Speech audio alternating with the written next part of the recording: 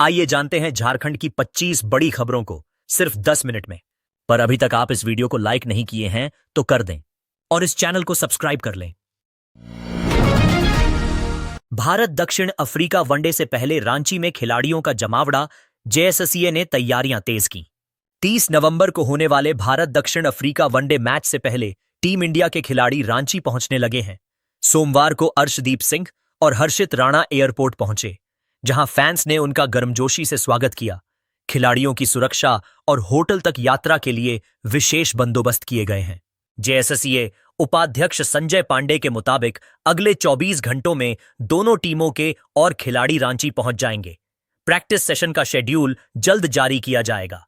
मंगलवार 26 नवंबर को रोहित शर्मा और ऋतुराज गायकवाड़ के भी रांची पहुंचने की उम्मीद है, जिनका स्वागत करने के लिए बड़ी संख्या में फैंस जुट सकते हैं।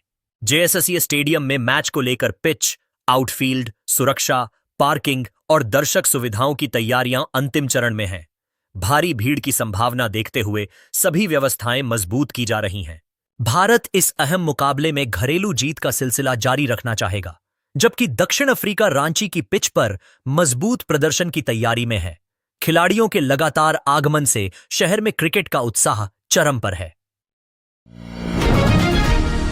रांची में इंडिया साउथ अफ्रीका वनडे से पहले सुरक्षा कड़ी, खिलाड़ियों का आगमन शुरू। रांची में भारत और साउथ अफ्रीका के बीच होने वाले वनडे मैच को लेकर सुरक्षा के कड़े इंतजाम किए गए हैं।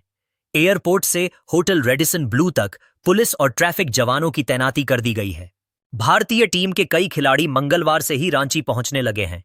ऋतुराज गायकवाड़, हर्षित राणा, तिलक वर्मा, प्रसिद्ध कृष्णा और हर्षदीप सिंह मंगलवार को पहुंचेंगे, जबकि रोहित शर्मा और विराट कोहली बुधवार को टीम से जुड़ेंगे।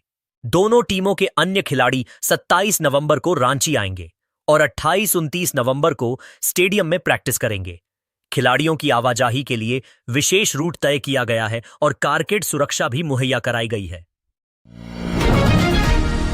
इंडिया वनडे जेएससीए स्टेडियम के टिकट के लिए फैंस की भारी भीड़ रात भर लगे रहे कतार में। रांची के जेएससीए स्टेडियम में 30 नवंबर को होने वाले Bharat south Africa one day match को लेकर शहर में जबरदस्त उत्साह देखने को मिल रहा है। टिकट काउंटर खुलने से पहले ही देर रात से लोगों की लंबी कतारें लग गईं। कई युवा, बुजुर्ग और बच्चे रात भर इंतजार करते रहे ताकि हाई वोल्टेज मुकाबला लाइव देखने का मौका मिल सके। रांची के अलावा बोकारो, धनबाद, जमशेदपुर, हजारीबाग और खूंटी समेत बिहार, ओडिशा और बंगाल से भी बड़ी संख्या में लोग टिकट लेने पहुंचे। ठंड के बावजूद भीड़ लगातार बढ़ती रही। कई फैंस ने कहा कि धोनी की धरती पर टीम इंडिया को खेलते देखना उनके लिए खास होगा। स्टेडियम के बाहर सुरक्षा व्यवस्था कड़ी रखी गई है। भीड़ प्रबंधन के लिए बैरिकेडिंग लगाई गई है और अतिरिक्त पुलिस बल तैनात किया गया है ताकि टिकट बिक्री सुचारू रूप से हो सके। एसआईआर विवाद, मंत्री इरफान अंसारी का यू टर्न, बोले बयान असली नहीं, फर्जी बीएलओ गिरोह के खिलाफ था। चुनाव आयोग के एसआईआर अभियान को लेकर बीएलओ को घर में बंद करने वाले बयान पर बढ़ते विवाद के बीच स्वास्थ्य मंत्री इरफान अंसारी ने सफाई देते हुए कहा है कि उनका बयान असली बीएलओ के लिए नहीं था, बल्कि फर्जी बीएलओ बनकर ग्रामीणों को धमकाने और पैसे वसूलने वाले लोगों के खिलाफ था। इरफान अंसारी ने सोशल मीडिया पर लिखा कि कुछ लोग नकली बीएलओ बनकर नाम काटने की धमकी देते हैं, इसलिए उन्होंने ऐसे लोगों को पकड़कर प्रशासन को सौंपने की बात कही थी। उन्होंने कहा कि बीजेपी उनकी बातों को तोड़ मरोड़ कर पेश कर रही है और उन्हें इरफान फोबिया हो गया है। वहीं बीजेपी ने कहा है कि मंत्री का बयान असंवैधानिक है और उनके खिलाफ कठोर कार्रवाई होनी चाहिए। पार्टी का आरोप है कि एसआईआर प्रक्रिया घुसपैठियों के वोट हटाने से संबंधित है, इसलिए मंत्री ऐसा बयान दे रहे हैं। कांग्रेस मंत्री के समर्थन में उतर आई है और कहा कि एसआईआर को लेकर लोगों में आक्रोश है, इसलिए मंत्री ने गुस्से में यह बयान दिया होगा, लेकिन उनका मकसद लोकतंत्र और संविधान की रक्षा था। जामताड़ा के कार्यक्रम में इरफान अंसारी ने पहले कहा था कि अगर कोई बीएलओ नाम काटने आता है तो उसे गेट में बंद कर दें और एसआईआर किसी भी कीमत पर न होने दें। विवाद बढ़ने पर मंत्री ने कहा कि उनके बयान को गलत तरीके से पेश किया गया है और वह सम्मानित बीएलओ के खिलाफ नहीं है। इरफान अंसारी पर फिर हमला, बयान बदलने में माहिर सीपी सिंह का तीखा वार।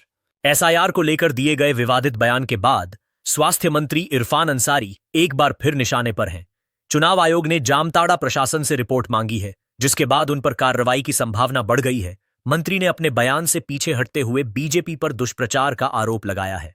बीजेपी विधायक सीपी सिंह ने इरफान अंसारी की कड़ी आलोचना करते हुए कहा कि मंत्री बयान बदलने में इतने माहिर हैं कि उनके सामने गिरगिट भी शर्मा जाएगा। उन्होंने यह भी कहा कि इरफान अंसारी खुद को राहुल गांधी से तुलना कर दूसरे पप्पू बनना चाहते हैं। सीपी सिंह का कहना है कि मंत्री को इलाज की जरूरत है और ऐसे व्यक्ति पर प्रदेश के स्वास्थ्य की जिम्मेदारी नहीं छोड़ी जानी चाहिए। उन्होंने मीडिया से अपील की कि इरफान अंसारी की बातों को अनावश्यक महत्व न दिया जाए। आदिवासियों की जमीन लूट रही है, उनकी रक्षा करने वाला कोई नेता नहीं। जयंत जयपाल सिंह मुंड। मरांग गोम के जयपाल सिंह मुंडा के बेटे जयंत जयपाल सिंह मुंडा ने संविधान दिवस पर कहा कि आज आदिवासियों को न उनका अधिकार मिल रहा है न सम्मान। उन्होंने आरोप लगाया कि झारखंड में आदिवासियों की जमीन खुलेआम लूटी जा रही है और उनकी रक्षा करने वाला कोई सर्वमान्य नेता नहीं बचा है, जबकि राज्य का मुखिया भी आदिवासी है। जयंत ने कहा कि संविधान की मंशा सभी नागरिकों को समानता देने की थी, लेकिन आज आर्थिक रूप से कमजोर और आदिवासी समुदाय का शोषण बढ़ गया है। खनिज संपदा से भरे इलाकों में भी आदिवासियों का विकास नहीं हो पा रहा है। उन्होंने अपने पिता जयपाल सिंह मुंडा के योगदान को याद करते हुए कहा कि जिस तरह उन्होंने संविधान सभा, संसद और राष्ट्रीय मंचों पर आदिवासी अधिकारों के लिए आवाज उठाई, वैसा नेतृत्व आज दिखाई नहीं देता। जयंत ने यह भी कहा कि आजादी के 75 वर्षों बाद भी आदिवासी बहुल गांवों की तस्वीर नहीं बदली है। टकरा गांव को आदर्श गांव बनाने की योजना भी अधूरी रह गई। उनका मानना है कि जब तक जनजातीय क्षेत्रों का विकास संविधान की भावना के अनुसार नहीं होगा, तब तक संविधान सभा के सदस्यों के सपने पूरे नहीं होंगे। दुमका में झारखंड फ्लाइंग इंस्टीट्यूट शुरू, हर साल 30 युवक बनेंगे पायलट। मुख्यमंत्री हेमंत सोरेन ने दुमका एयरपोर्ट स्थित झारखंड फ्लाइंग इंस्टीट्यूट का उद्घाटन किया और लगभग 300 करोड़ की योजनाओं का शिलान्यास व उद्घाटन किया। कार्यक्रम में लाभुकों के बीच परिसंपत्तियों का वितरण भी किया गया। सीएम ने कहा कि सरकार राज्य में विकास की नई लकीर खींच रही है, जिसकी शुरुआत संथाल परगना से हो चुकी है और यह रांची व तिरहुत की दिल्ली तक पहुंचेगी। उन्होंने बताया कि झारखंड फ्लाइंग इंस्टीट्यूट की परिकल्पना पूर्व सीएम शिबू सोरेन ने की थी, जिसे अब पुनः शुरू किया गया है। इंस्टीट्यूट में हर साल 30 युवाओं को कमर्शियल पायलट प्रशिक्षण मिलेगा। इनमें 15 सीटें आरक्षित वर्ग के अभ्यर्थियों के लिए होंगी, जिनका पूरा खर्च सरकार उठाएगी, जबकि बाकी 15 सीटों पर रियायती शुल्क लागू होगा। सीएम ने अधिकारियों को जनता के प्रति जिम्मेदार रहते हुए समय पर कार्य पूरा करने की चेतावनी भी दी। उन्होंने कहा कि आने वाले समय में गरीब घरों से भी युवक युवतियां पायलट बनकर उड़ान भरते दिखेंगे। जनगणना 2027 झारखंड में जिला से गांव तक सीमा परिवर्तन पर रोक। भारत की जनगणना 2027 की तैयारी के तहत झारखंड सरकार ने जिला, अनुमंडल, प्रखंड, नगर निकाय, पंचायत और गांव सहित सभी प्रशासनिक इकाइयों की सीमाओं में बदलाव पर रोक लगा दी है। मुख्यमंत्री हेमंत सोरेन ने जनगणना नियम 1990 के तहत निर्देश जारी करते हुए कहा कि जनवरी 2026 से 31 मार्च 2027 तक किसी भी स्तर पर सीमा परिवर्तन नहीं होगा। इसके अलावा 31 दिसंबर 2025 तक हुए सभी सीमा परिवर्तनों की सूचना जनगणना निदेशालय रांची को भेजने को कहा गया है।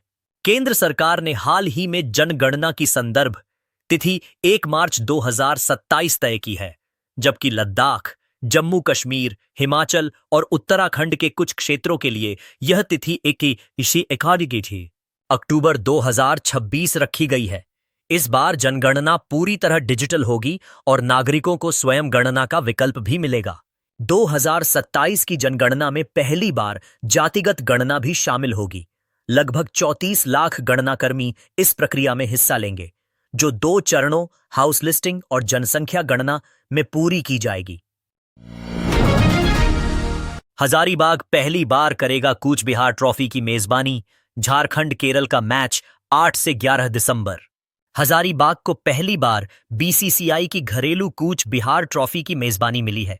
8 से 11 दिसंबर तक संजय सिंह क्रिकेट स्टेडियम में झारखंड और केरल के बीच एलीट ग्रुप मैच आयोजित होगा। जिला क्रिकेट संघ के अध्यक्ष व सांसद मनीष जायसवाल ने बताया कि तैयारियां पूरी हो चुकी हैं और यह हजारीबाग के लिए गर्व का क्षण है। बीसीसीआई ने 2025-26 सीजन में झारखंड को 77 मैचों की मेजबानी सौंपी है, जिनमें एक मैच हजारीबाग में रखा गया है। मैच के लिए खिलाड़ियों के प्रवास, भोजन और परिवहन की अलग व्यवस्था की गई है। स्टेडियम में 5 नए टर्फ विकेट, 4 प्रैक्टिस विकेट, विस्तारित side screen, video platform, dressing room व अंपायर रूम जैसी राष्ट्रीय स्तर की सुविधाएं उपलब्ध कराई गई हैं। मनीष जायसवाल ने कहा कि इससे स्थानीय खिलाड़ियों को बड़ा मंच मिलेगा और भविष्य में रणजी मैच की मेजबानी का लक्ष्य भी रखा गया है।